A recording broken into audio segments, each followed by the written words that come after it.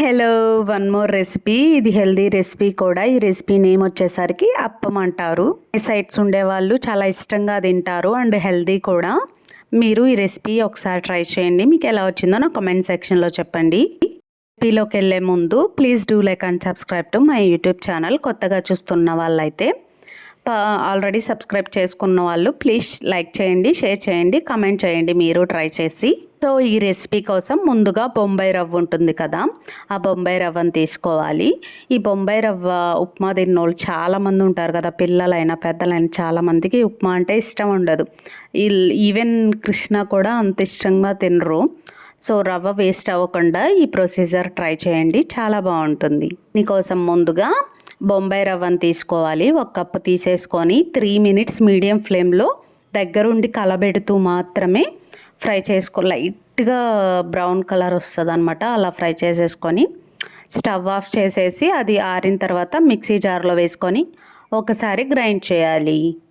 Grind చేసిన తర్వాత మనం 1 కప్పు బొంబాయి రవ్వ తీసుకున్నాం కదా, ఇక్కడ 1/2 కప్పు పెరుగు తీసుకున్నాను. నేను నార్మల్ పెరుగు తీసుకున్నాను. మీ దగ్గర పుల్లటి పెరుగు ఉంటే తీసుకోండి, చాలా టేస్టీగా ఉంటుంది. 1 స్పూన్ షుగర్ కూడా వేసేసుకొని బాగా దోశ బ్యాటర్ లాగా గ్రైండ్ చేసేసుకొని సో దాన్ని ఒక 15 మినిట్స్ పక్కన పెట్టుకోవాలి.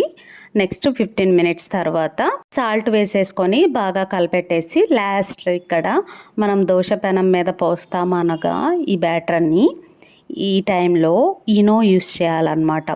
బికాజ్ మనకి అప్పం స్టైల్లో రావాలి అంటే అది యూస్ చేసుకోవాలి. ఈనో కూడా అంటే ఇప్పుడు కొత్తగా జీరా ఈనో అలా వస్తుంది, అది కాదు.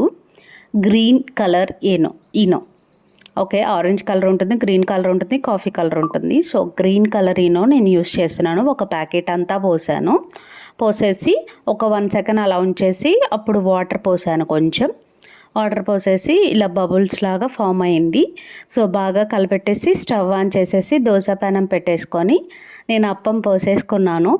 ఒక 30 సెకండ్స్ అలా ఉడికిందనగా సో మూత పెట్టేసి ఇంకా రెండో సైడ్కి తిప్పకుండా అలాగే తీసేసుకొని టమాటో చట్నీతో సర్వ్ చేసుకుంటే చాలా టేస్టీ ఉంటుంది. మీరు ట్రై చేయండి. కృష్ణాస్ రివ్యూ వినండి. పోయింది మళ్ళీ చెప్పు.